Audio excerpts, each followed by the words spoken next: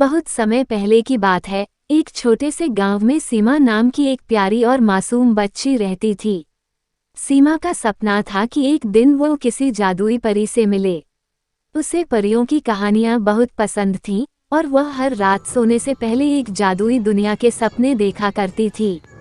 एक दिन सीमा जंगल में लकड़ियां इकट्ठी कर रही थी। तभी उसने एक पेड़ के नीचे एक चमचमाती चीज देखी।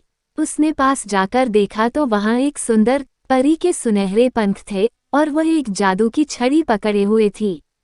परी मुस्कुराई और बोली, धन्यवाद सीमा, तुमने मुझे इस बोतल से आज़ाद किया है। मैं तुम्हारी 3 इच्छाएं पूरी कर सकती हूँ, लेकिन याद रहे ये इच्छाएं दिल से और किसी अच्छे काम के लिए होनी चाहिए। सीमा बहुत खुश हुई, लेकिन उसने सोचा कि वो अपनी इच्छाओं का इस्तेमाल समझदारी से करेगी।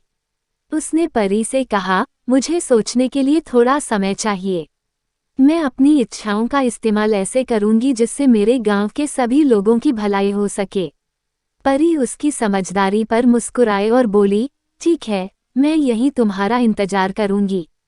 पहली इच्छा के लिए सीमा ने सोचा, हमारे गांव में पानी की बहुत कमी है और लोग दूर दूर से पानी लाते हैं।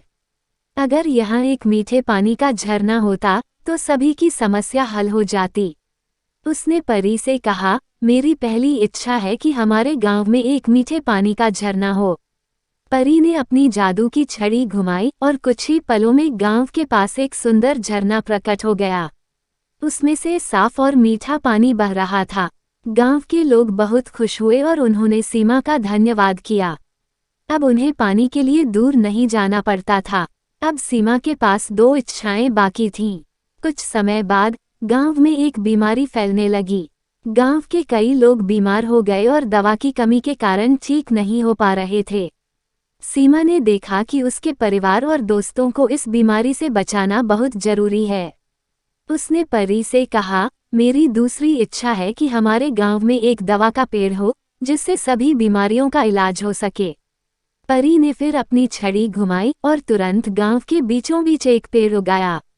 यह कोई साधारण पेड़ नहीं था, इसकी पत्तियां और फल सभी बीमारियों का इलाज कर सकते थे।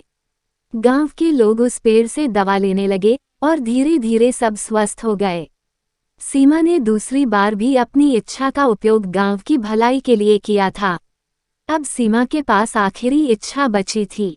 वह सोचने लगी कि इसे कैसे उपयोग में लाया जाए। कुछ दिनों बाद गांव में अकाल पड़ गया और लोगों के पास खाना नहीं था। सीमा ने सोचा कि उसकी आखिरी इच्छा सभी गांव वालों की भलाई के लिए होनी चाहिए। उसने परी से कहा, मेरी आखिरी इच्छा है कि हमारे गांव के खेतों में हमेशा अच्छी फसल उगे और किसी को भूखा न रहना पड़े। परी ने फिर से अपनी जादू की छड़ी घुमाई। अचानक गांव के सभी खेतों में हरी भरी फसलें उगने लगीं। गांव के लोग बहुत खुश हुए और सीमा को बहुत आशीर्वाद दिया। अब गांव में कोई भी भूखा नहीं था और सभी ने खुशी खुशी जीवन बिताना शुरू कर दिया।